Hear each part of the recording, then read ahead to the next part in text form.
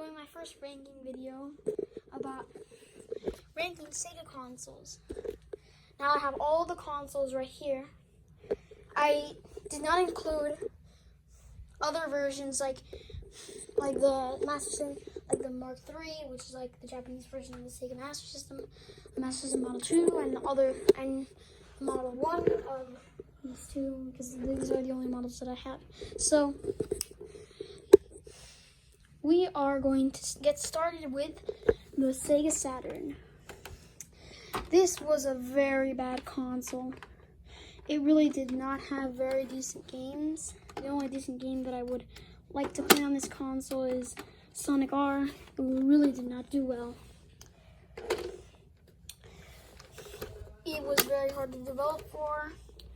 This cartridge slot is like, there's no point in it. I don't think there's a point for it.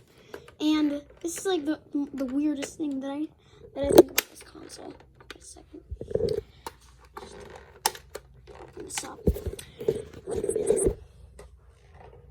Alright. Let me show you something. So if I took that out now.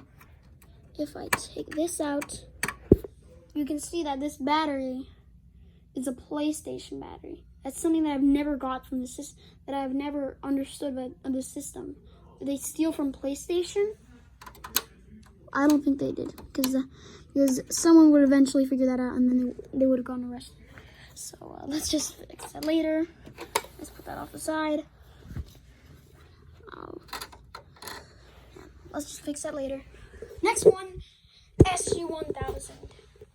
Wow, this is a very obscure console that really isn't that great. It is Sega's first home console.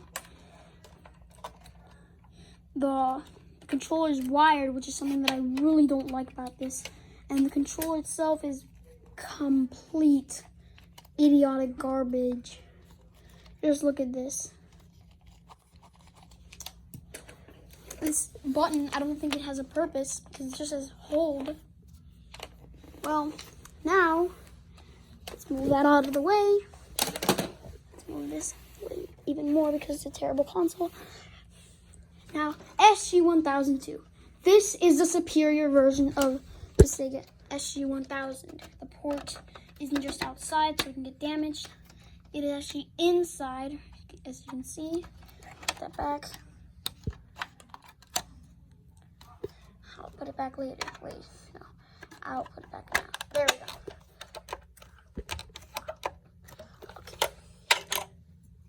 Okay. There's the cartridge slot, and the controllers aren't actually wired, and there's actually two. Well, there is a port for the other one, but isn't that good. Here is the controller ports. Both of them only have RF out, which is terrible. And this actually has a pause button and is a little bit better than its predecessor. Let's get that out of the way. Now we get onto the Master System. The Master System, it provided some solid titles. It wasn't so bad. It had this expansion port, which I don't know what it was for. If you know, let me know down in the comments. But it had pretty good games. It had the card input, power button right here, and it could play. I just said it had a startup cartridge slot. I can't really okay, here we go. Power button isn't really that bad. It actually feels pretty good. Now, back front. The AC adapter is very rare, and it actually features another option, AV out, which is way better than RF out. RF out is terrible input in my opinion. So let's get that out of the way. And finally, we get to the most infamous console. The most famous console of Sega, the Genesis. This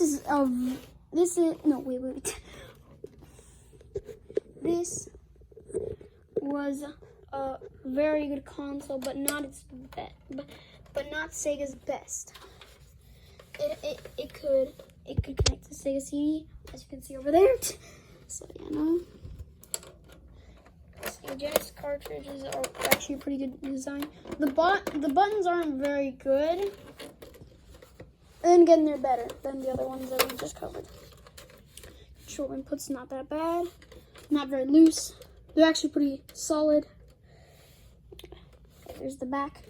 Now, we get on to my more favorites. I'm starting with the Sega 32X. I know many people don't really like this console.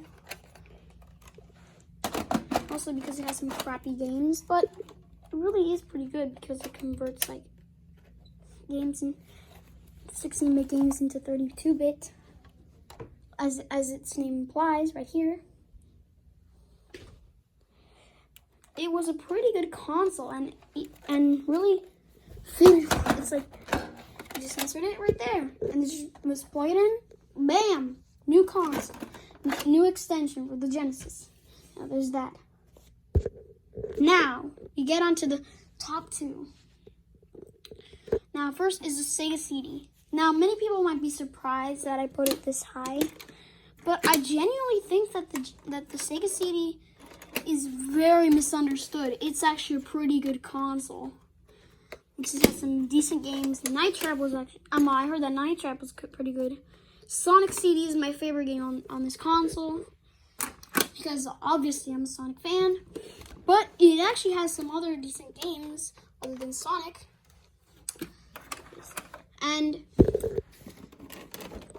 the best part is, but the only bad part is that its price is very large and it needs its own power supply. So really it should be its own console. So now we get on to my favorite console of all time. The Sega Dreamcast. This is very famous for its first 128-bit home console and the first home console to have like this line thing right here. It was very good and very popular. I own it. It's in pretty good condition, as you can see right here. And it doesn't really age very bad. It's got some decent ports, like some decent inputs for the time, and it was pretty good in my opinion.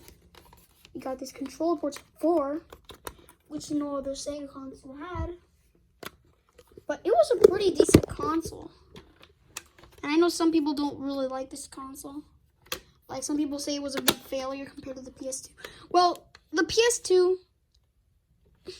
it came out on the last year of the Dreamcast lifespan, so it was pretty good until 2001. So it released in 1998 and it's continued in 2001. So it's pretty decent lifespan. So yeah, no, that is the end of my ranking video. I hope you enjoy. This is my small room. Dreamcast keyboard. Alright, hope you enjoyed this video. If you like it, please enjoy it. Please subscribe, as my analytics show that 99% aren't subscribed. Please subscribe if you haven't done so. If you like this video and you haven't done so. So yeah, I'll see you the next time. Peace.